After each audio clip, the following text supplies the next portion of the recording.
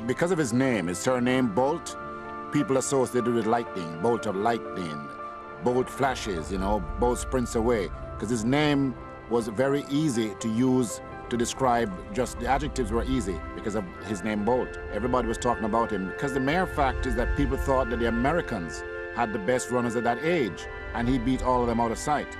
And he was doing it at 15 years old. You know, people were saying, this is a world beater. I've never seen anybody as young do as well as he did so early. That race won him instant national recognition. Overnight, Bolt became the new star of Jamaican sprinting.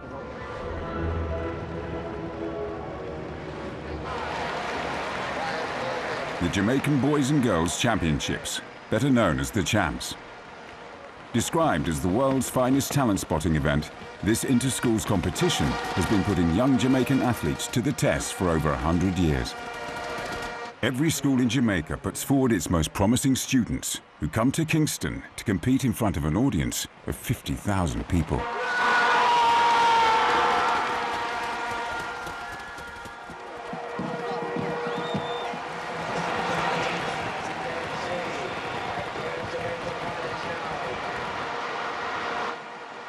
Bolt arrives at the Champs to meet his biggest fans.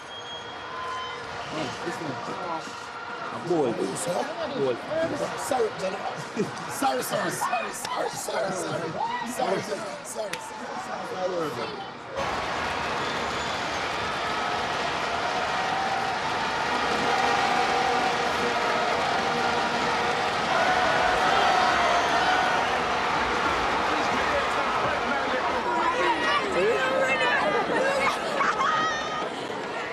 Running in lane 2. And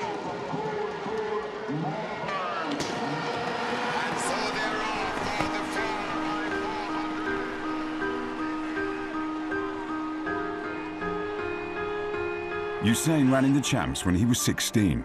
He won the 200 meters and then, running in driving rain, knocked more than a second off the Jamaican record in the 400 meters.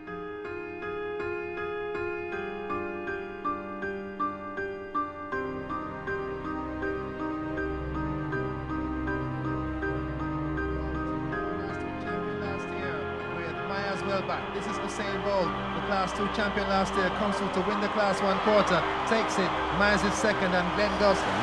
The flash time, 45.4. Usain Bolt, too much for everyone at 45.4, a new champs record in the Class 1 400 meters.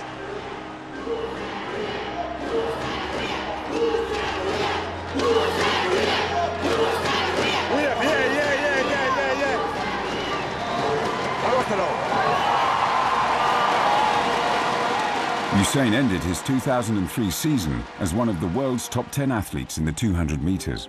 Foreign sponsors and American colleges began queuing up to sign him. Just before he left William Knibb, you know, a lot of those letters comes in the mail to us from university in the States, and I think some was from Germany too. I was really close to my mom. I've never really lived for long away from my parents, more than like, what, a week, maybe a weekend.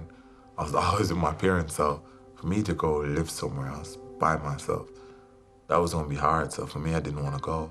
We decided, parents, that he's too young to be on his own overseas, and I followed tracks, and then I realized that quite a few of those people who went abroad lost in the system because they overworked them to run their championships, and I didn't want that. Instead of going overseas, Usain chooses the High Performance Athletics Center in Kingston. For a teenager from a small village, it's still an enormous leap. It was really hard, knowing that he was so young, moving into Kingston, not having a mother around. At least he didn't have any women around at the time. We know that we have to get a helper for him. And so, you know, you don't know what the outcome would be. It was really challenging for me. Life changed rapidly for the young star. He signed a sponsorship deal worth tens of thousands of dollars and hired himself an agent. He was soon appearing on the cover of an international magazine and getting a taste of life in the media spotlight. First time, all right? Quiet on the road. Speed. Rolling. And action. Let go.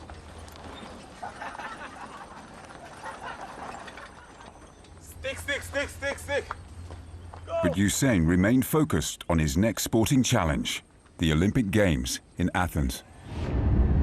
On the 11th of April 2004, Bolt shatters the 200-meter junior world record. To this day, he remains the only junior to run the race in under 20 seconds. 17 years old, Bolt looks set for stardom at the Olympic Games in Athens later that year. But a series of injuries means he is forced to bow out of a major athletics meeting in Kingston, and it's clear he's not fully fit for Athens. But Bolt chooses to ignore advice and takes part anyway.